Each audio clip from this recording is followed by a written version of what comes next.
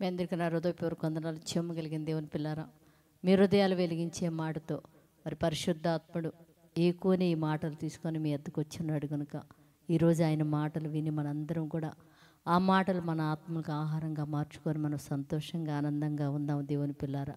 మరి దానికి ముందు రాత్రి కాలం నుంచి మిమ్మల్ని, మీ కుటుంబాన్ని, మమ్మల్ని, సంఘాన్ని, భూమి మీద ఉన్న ప్రతి కుటుంబానికి జ్ఞాపకం చేసుకొని ఎన్నో మేలులు, ఎన్నో ఉపకారాలు చేసిన దేవుడికి, మన ప్రభు మన రక్షకుడు యేసుక్రీస్తు వారి నామములో శిరస్సు వంచి తండ్రి అయిన దేవుడికి వందనాలు స్తుతులు తెలియచేసుకుంటూ, మరి ఈరోజు దేవుడు పరిశుద్ధాత్మ ద్వారా మనకి ఆహారం అయితే సిద్ధం చేశాడు, దాన్ని మనం ధ్యానం చేసుకుందాం దేవుని పిల్లరా.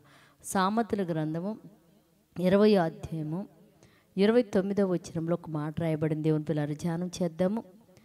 యవనస్తుల బలము వారికి అలంకారము, తలనరుపు వృద్ధులకి సౌందర్యం అని రాయబడింది. దేవుని పిల్లారు అంటే ఒక యవన కాలము బిడ్డలు లేకపోతే యవన వయసును గురించి చెప్తున్నాడు.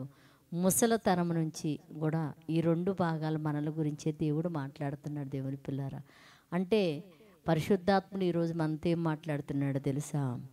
యవ్వనం బలమంట యవనస్తులకి ఎలాంటిదంట?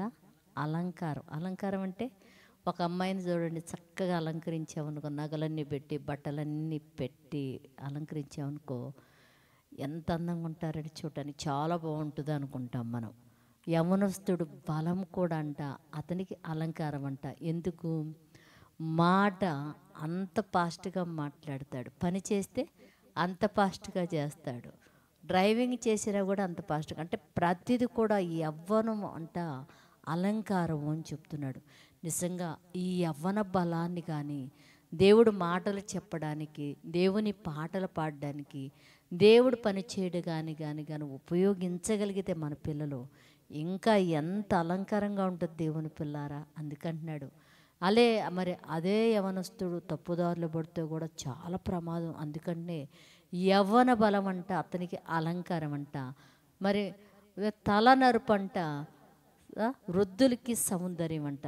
తలనరుపు ఏమంటే తల నరిసిందనుకో, ఆ వ్యక్తి మాట్లాడుతున్నప్పుడు ఎలా ఉంటుందంటే ఒక అనుభవాలతో చెప్తున్నారని ప్రతి ఒక్కరు కూడా వినటానికి, ఆలోచించడానికి ఇష్టపడతారు. కానీ ఈనాటి కాలంలో నరిసిన తలను చూయించుకోవడానికి మనం ఎవ్వరం ఇష్టపడట్లేదు.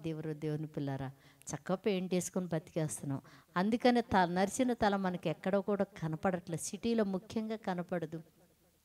ఇంకా మళ్ళీ మనం మాట్లాడుతున్నా కూడా వీళ్ళు పెద్దలు కదా అనే అది కూడా ఇప్పుడైతే పోయింది దేవుని పిల్లరా. కానీ బైబిల్ జీవగ్రంథంలో దేవుడు ఏం చేస్తున్నాడంటే వృద్ధులకంట తల నరిపే మేలు అని చెప్తున్నాడు. సౌందర్యంగా ఉంటుంది, అది చూడటానికి అందంగా ఉంటుంది.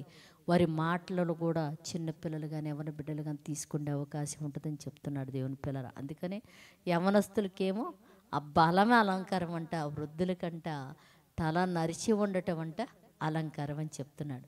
నిజంగా ఈ రెండు దేవునికి పనికొచ్చే విధంగా పాటించే వారిగా మనం ఉండినట్లు ప్రార్థన చేద్దాం. పరిశుద్ధుడా, జీవము కలిగిన మా పరలోకపు తండ్రి, నాయన నీ కృప కలిగిన నామానికి వందనాలు తండ్రి. యవన బిడ్డలకు నాయన, ఇది యవనస్తులకి వారి యవన బలమే అలంకారం అని చెప్తున్నావయ్యా.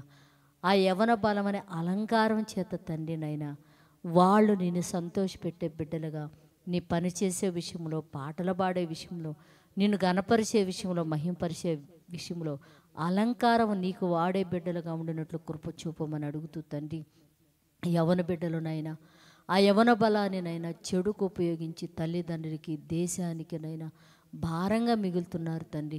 ఆ బిడ్డల మీదకి మీ దీవెన రానిచ్చిన తండ్రి, వారునైనా చదువుకుంటూ చక్కగా తల్లిదండ్రులు మాట వింటూ నిన్ను ఆరాధించి గణపరిచే బిడ్డలకు, యవన బిడ్డలందరినీ మార్చి మీరు మహిమ పొందమని మా రక్షకుడు నీ కుమారుడు యేసు పరిశుద్ధ నామములో ప్రార్థన అడుగుతున్నాము తండ్రి.